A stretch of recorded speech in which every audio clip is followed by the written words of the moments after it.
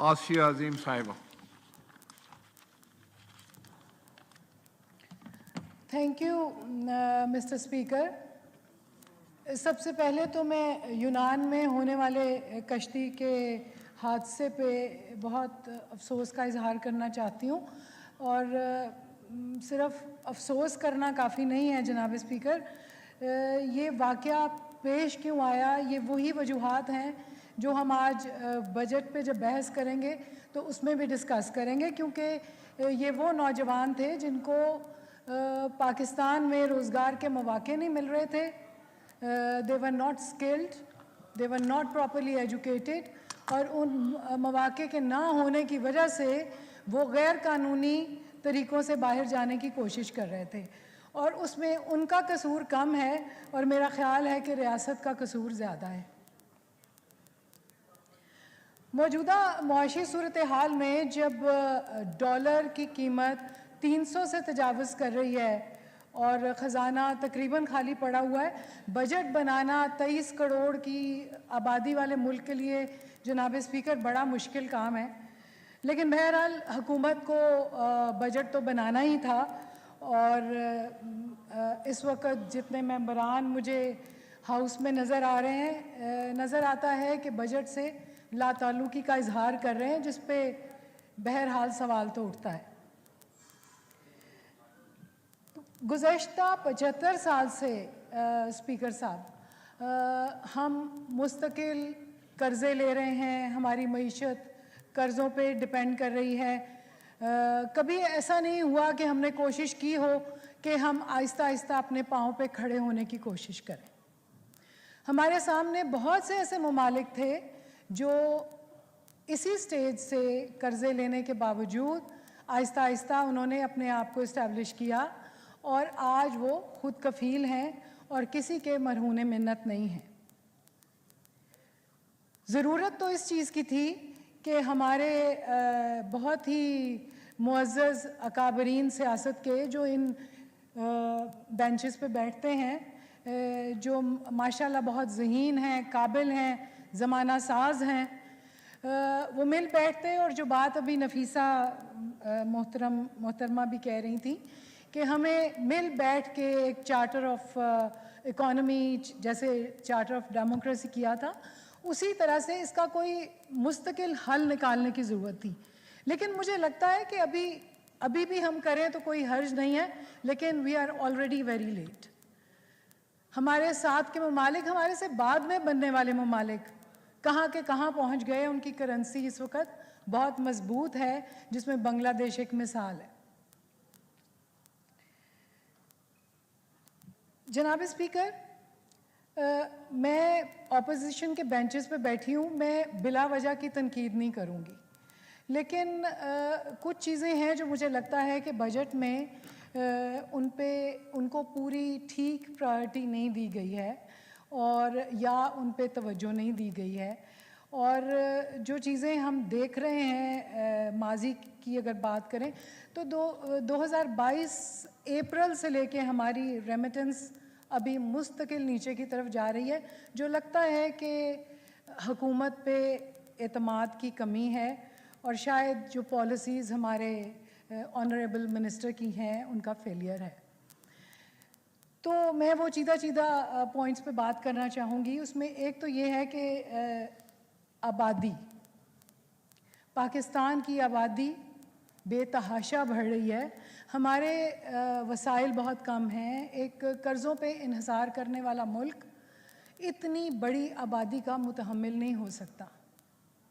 وہ ٹھیک ہے، اس کے جواب میں ہمیشہ یہ بات سننے کو ملتی ہے کہ یہ تو جی صوبائی سبجیکٹ ہے، لیکن بات یہ ہے کہ وفاق کی بھی کچھ ذمہ داری ہے، کچھ ویژن وفاق کا بھی ہونا چاہیے کچھ چیزوں پہ، جیسے اس بارے میں اویئرنیس پھیلانے میں یا صوبوں کو ڈائریکشنز دینے میں وہ اس چیز کو انکریج کر سکتے ہیں. ایسا بجٹ رکھ سکتے ہیں جو بہبود آبادی کے لیے ہو. میرا نہیں خیال کہ ایک اسپیسیفک طبقے کو خوش کرنے کے لیے ہم اس چیپٹر کو بالکل کلوز کر دیں. انسکلڈ اور ان ایجوکیٹڈ لوگوں کی اتنی بڑی آبادی ایٹم بم سے کم نہیں ہے. میرا دوسرا پوائنٹ یہ ہے اسپیکر صاحب کہ 51% خواتین ہیں ٹوٹل آبادی کا، اور ان کے لیے صرف 5 ارب روپے رکھے گئے ہیں۔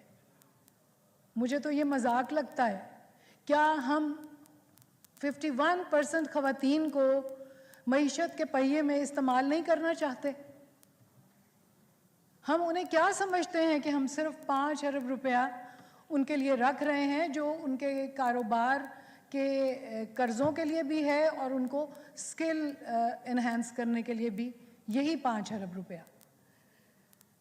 مجھے تو یہ لگتا ہے جناب اسپیکر کہ اونٹ کے منہ میں زیرے والی بات ہے، اور ہمارا جو ہمسایہ ملک ہے بھارت، جو ہمارے ساتھ ہی آزاد ہوا تھا، وہاں 2005 میں women and child development ministry form کی گئی تھی، اور اس منسٹری کو ہر سال بجٹ آہستہ آہستہ بڑھا کے دیا گیا اس کی پرفارمنس دیکھتے ہوئے، اور آج وہاں کا خواتین کاروبار میں، زراعت میں اور ایون سیاست میں اپنے پاؤں پہ کھڑی ہیں، خود کفیل ہیں، تعلیم اور آئی ٹی کے شعبے میں بھی بہت ترقی کر رہی ہیں، اور دنیا مانتی ہے اس چیز کو کہ بھارت کی حکومت بالکل سنجیدہ ہے جینڈر ایکوالٹی کے لیے۔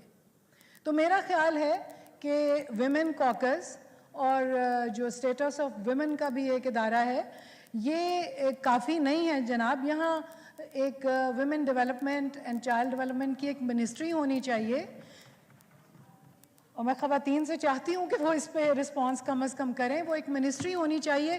بے شمار ایسے پی ایمز ہم نے بنائے ہوئے ہیں اس وقت، اور کیا ہم خواتین کے لیے جو 51% کی آبادی ہے، ہم ان کے لیے ایک منسٹری نہیں بنا سکتے؟ 75 سال ہو گئے، ہمیں اس بارے میں غور کرنا چاہیے۔ ایک اچھی بات ہے کہ کاروباری خواتین کو ٹیکس میں چھوٹ دی گئی ہے، یہ تعریف کی بات ہے اور میں اس کو اپریشیٹ کرتی ہوں۔ جناب اسپیکر، خواتین کے مسئلے کے علاوہ ایک اور بہت بڑا مسئلہ تعلیم کا بھی ہے، کیونکہ میں ایک ایجوکیشنسٹ ہوں، میں ہر چیز کو اس پرسپیکٹو میں دیکھتی ہوں۔ مجھے لگتا ہے کہ جو تعلیم و تربیت ہم اپنے بچوں کو، اپنی نئی نسل کو دیتے ہیں، وہ ان کے رویوں میں جھلکتی ہے، اور ہم نے موجودہ صورتحال میں ان رویوں کو دیکھا بھی ہے اور بھگتا بھی ہے۔ آرٹیکل 25A 50 سال ہو گئے ہیں کانسٹیٹیوشن کو بنے ہوئے، 5 سال سے 16 سال کے بچوں کو تعلیم مفت فراہم کرنے کی ذمہ داری ریاست کی ہے، ہم اس میں بری طرح سے ناکام ہیں اسپیکر صاحب، اور مجھے بہت ہی افسوس ہے کہ کتنی حکومتیں آئی گئیں، اس طرح کی توجہ نہیں دی گئی جو دینی چاہیے تھی۔ شہروں دیہاتوں کو تو ایک طرف چھوڑیں، شہروں میں بھی آبادی کے تناسب سے اسکول نہیں ہیں، اور اگر اسکول ہیں تو اساتذہ نہیں ہیں، اور اگر اساتذہ ہیں تو ان کو تنخواہیں نہیں دی جاتی، وہ ٹرینڈ نہیں ہیں۔ تو ہم کس طرح کی قوم کی توقع کرتے ہیں؟ ہم نئی نسل سے کن بنیادوں پہ توقعات رکھتے ہیں؟ کیا ہماری بھی کوئی ذمہ داری ہے؟ پارلیمنٹ میں بیٹھے ہوئے لوگوں کی، حکومت کی کوئی ذمہ داری ہے؟ جب ہم تعلیم میں انویسٹ کرتے ہیں تو ہم اپنی قوم کے فیوچر میں انویسٹ کرتے ہیں جناب اسپیکر۔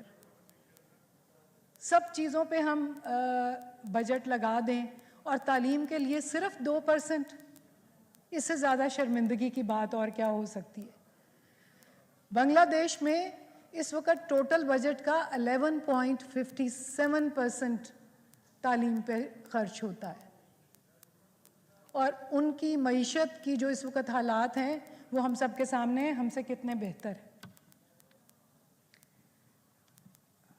ہم نے جب میں بجٹ کو دیکھ رہی تھی تو میں نے اس میں دیکھا کہ ایک فنڈ دیا گیا ہے میرٹ پہ، اس کا نام ہے جی انڈاؤمنٹ فنڈ، جو میرٹ پہ طلباء کا دیا جائے گا، اس کے لیے بھی 5 ارب روپے رکھے گئے ہیں، اور اس کے ساتھ ساتھ جو لیپ ٹاپ کی اسکیم ہے، جو پولیٹیکلی موٹیویٹڈ اسکیم ہے، اس کے لیے 10 ارب روپے ہیں جناب اسپیکر۔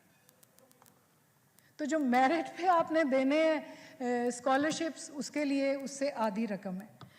تو تعلیم کے بارے میں میرا خیال ہے ہمارا رویہ تھوڑا سنجیدہ ہونا چاہیے. اگر ہم اس سٹیج پہ، جس جگہ پہ ہم اب کھڑے ہیں، ہماری معیشت بالکل تباہی کے دہانے پہ ہے جناب اسپیکر، ہم اپنے جوہری اثاثے سنبھالنے کی فکر میں ہیں، اگر اب بھی ہم تعلیم کی طرف توجہ نہیں دیں گے نا، تو مجھے لگتا ہے کہ پھر کبھی بھی وہ وقت نہیں آئے گا. جناب اسپیکر، میں سوچتی ہوں، جب بجٹ کو بھی دیکھ رہی تھی تو تعلیم کے بجٹ کو بھی دیکھا، میں یہ سوچ رہی تھی کہ ہم 9 مئی کے واقعے کو ہم سب کنڈیم کر رہے ہیں. میں بھی کنڈیم کرتی ہوں. جن لوگوں نے سرکاری املاک کو نقصان پہنچایا، جنہوں نے جناح ہاؤس کو آگ لگائی، جنہوں نے شہداء کے مجسموں کو نقصان پہنچایا، وہ سخت سے سخت سزا کے مستحق ہیں. لیکن میرا خیال ہے پاکستان کے قانون کے مطابق ان کو سخت ترین سزائیں دینی چاہیے، اور اس پہ کسی قسم کی بھی نرمی کی توقع کسی طرف سے بھی نہیں ہونی چاہیے، نہ ہی کسی کی سفارش ماننی چاہیے کہ وہ لوگ بہت بڑے بڑے لوگوں کے رشتہ دار بھی ہیں اور بچے بھی ہیں. لیکن یہاں ایک بات میں اور بھی کہوں گی کہ ایسا ہی ایک واقعہ 9 مئی کو 2022 میں ہوا تھا. بلو ایریا میں سرکاری املاک کو نقصان پہنچایا گیا تھا، آگیں لگائی گئی تھیں، توڑ پھوڑ کی گئی تھی، اور پولیس اور رینجرز کے ساتھ 10 بدس لڑائی کی گئی تھی. اگر اس وقت ان لوگوں کے ساتھ درگزر نہ کی گئی ہوتی جناب اسپیکر، تو مجھے لگتا ہے کہ پھر 9 مئی کا واقعہ نہ ہوتا. غربا کشتن روز اول سے آنے کہتے ہیں، تو میرا خیال ہے کافی ہو گیا، ہمیں اس کے اوپر کافی سختی کرنے کی ضرورت ہے.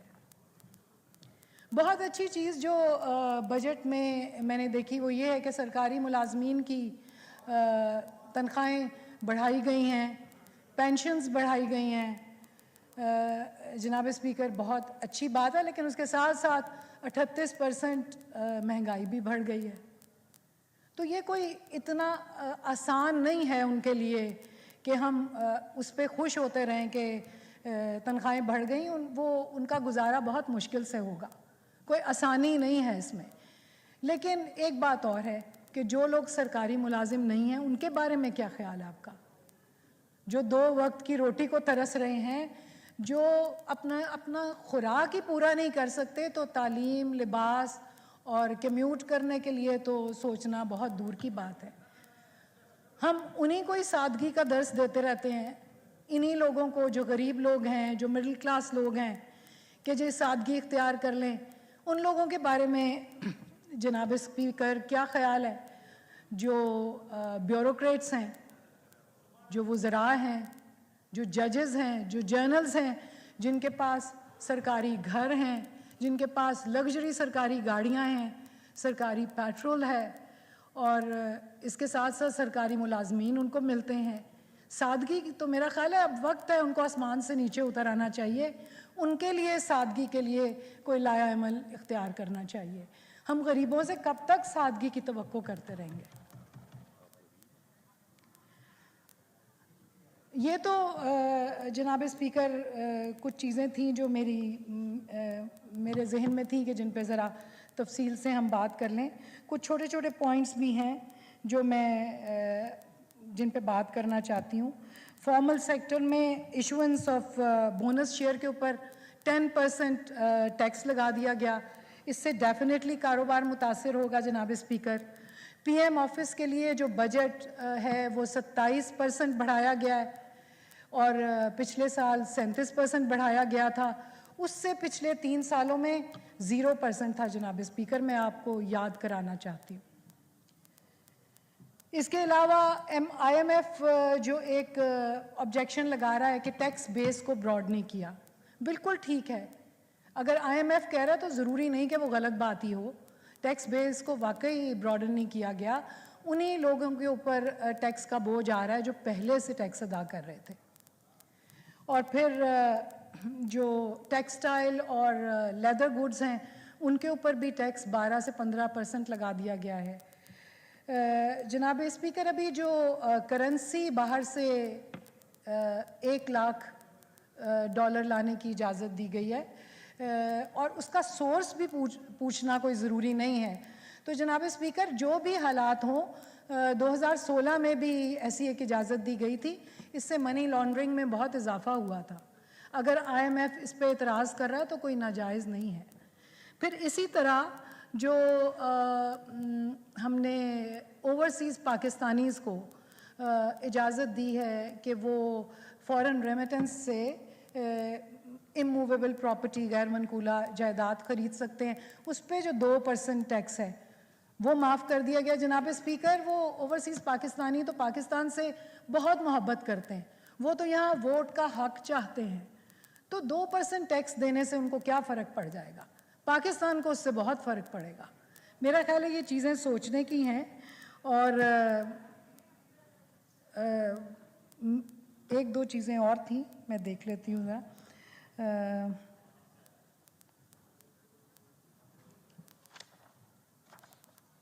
ہاں، ایک چیز اور ہے جناب اسپیکر، جو میں بجٹ سے تو اس کا تعلق نہیں ہے، لیکن جس حلقے میں کام کر رہی ہوں NA 54 میں، وہاں دیہاتی علاقوں میں لوگوں کے لیے قبرستان نہیں ہے، تو میں چاہتی ہوں کہ اگر گورنمنٹ، میں تو اپوزیشن کے بینچوں میں بیٹھی ہوں، میں کچھ کر نہیں سکتی اس سلسلے میں، ادھر قبرستان کی زمین اگر حکومت کی طرف سے لوگوں کو دے دی جائے تو میں اس کے لیے بہت شکر گزار ہوں گی۔ حبیب جالب نے بہت عرصہ پہلے کہا تھا، مجھے تاریخ تو یاد نہیں ہے، ایک اس کی پوئم تھی، لیکن انہوں نے کہا تھا کہ پاکستان کی غیرت کے رکھوالو بھیک نہ مانگو، توڑ کے اس کشکول کو آدھی کھا لو، بھیک نہ مانگو۔ Thank you.